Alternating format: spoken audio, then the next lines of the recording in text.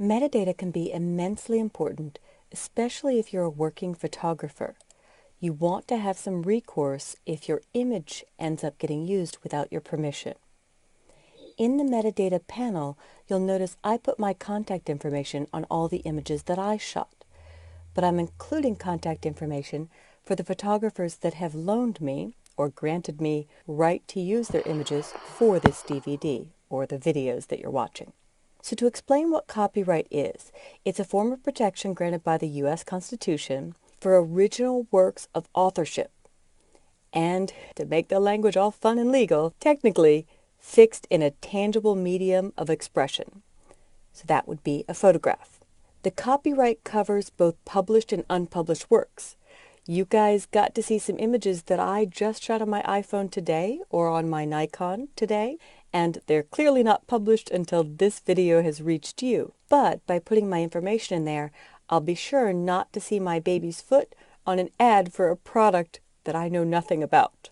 This isn't registering it with the Copyright Office. You can go through that extra effort if you have a very important piece that is for sale. But this is a way for photographers to have some recourse if someone does end up stealing their image. So your work is under copyright protection the moment you create it and the moment that it's in a fixed and tangible form, meaning it's captured on your camera card or brought into your computer.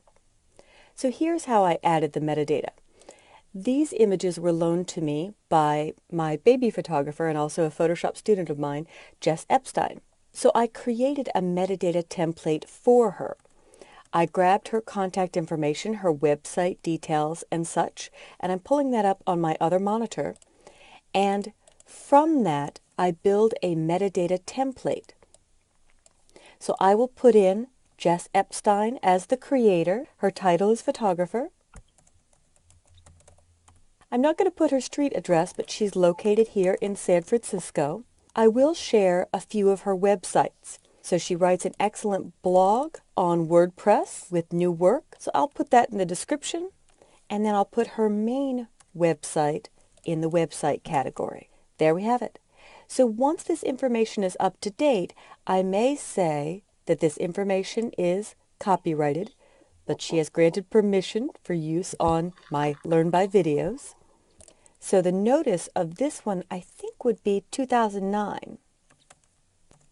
There we go. And usually all rights reserved. So no one watching this uses an image of hers in something for publication. Now, once that's been created, I actually already have a template for Jessica, but what I'll do is create a new one. So I can create a new metadata template from here or from the Tools menu, Create Metadata Template, and I will call this Jess Page. I will check off all of the attributes. I'll include California and USA that I included in this one description. Date created wouldn't be included. That's for the image, and it was 2009. There is extended information like the person shown. It could be a model or a famous person, actor, celebrity, politician. You could add more detail about where the image was created and the location shown, the organization featured. So this would be for commercial work. Adobe Press, for example, hires models every year to be in their class files. So they work with professional models on a few-day shoot. They get permissions to use all of the assets that they create in all of their marketing campaign, and that takes quite a while. So this would be information for that type of file where they're distributing it at least to the US, but I believe their demo assets go out to teams worldwide. So a lot to check.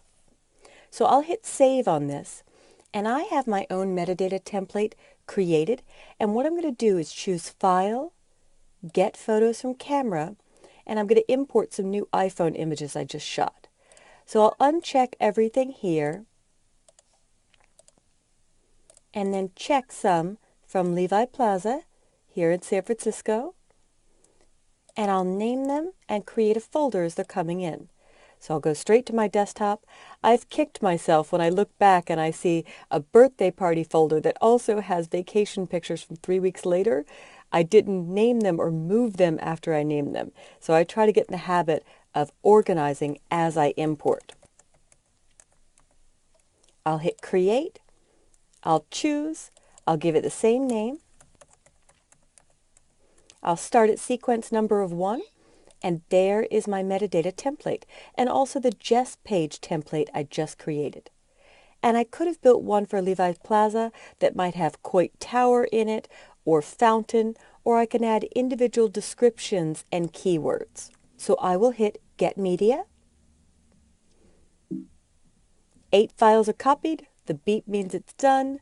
Sometimes I love to capture interesting textures to use for 3D and other pattern work. So if I look at preview, I could see this rock that I took a picture of. But before I attach individual keywords, I'm going to select all by clicking and shift-clicking.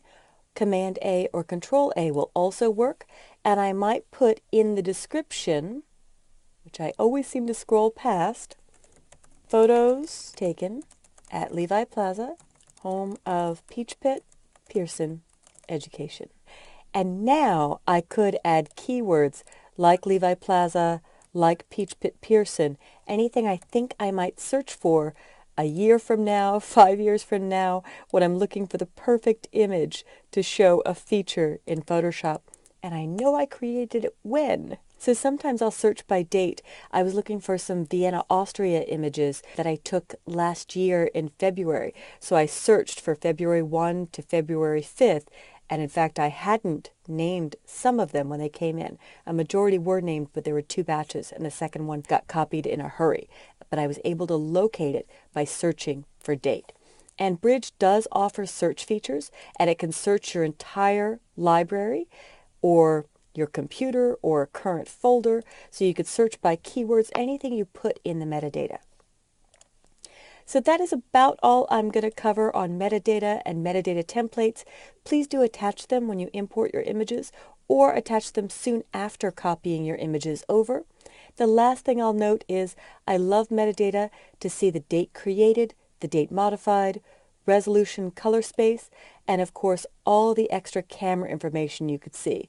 My iPhone 5S, the exposure mode, whether the flash fired, any other technical information that you want to gather about your smartphone, or more importantly for the high-end photographers out there when they're doing things like high dynamic range and they want to check their aperture settings to see which exposures were the best. All right, I'm assigning you homework of attaching metadata to some of your own images.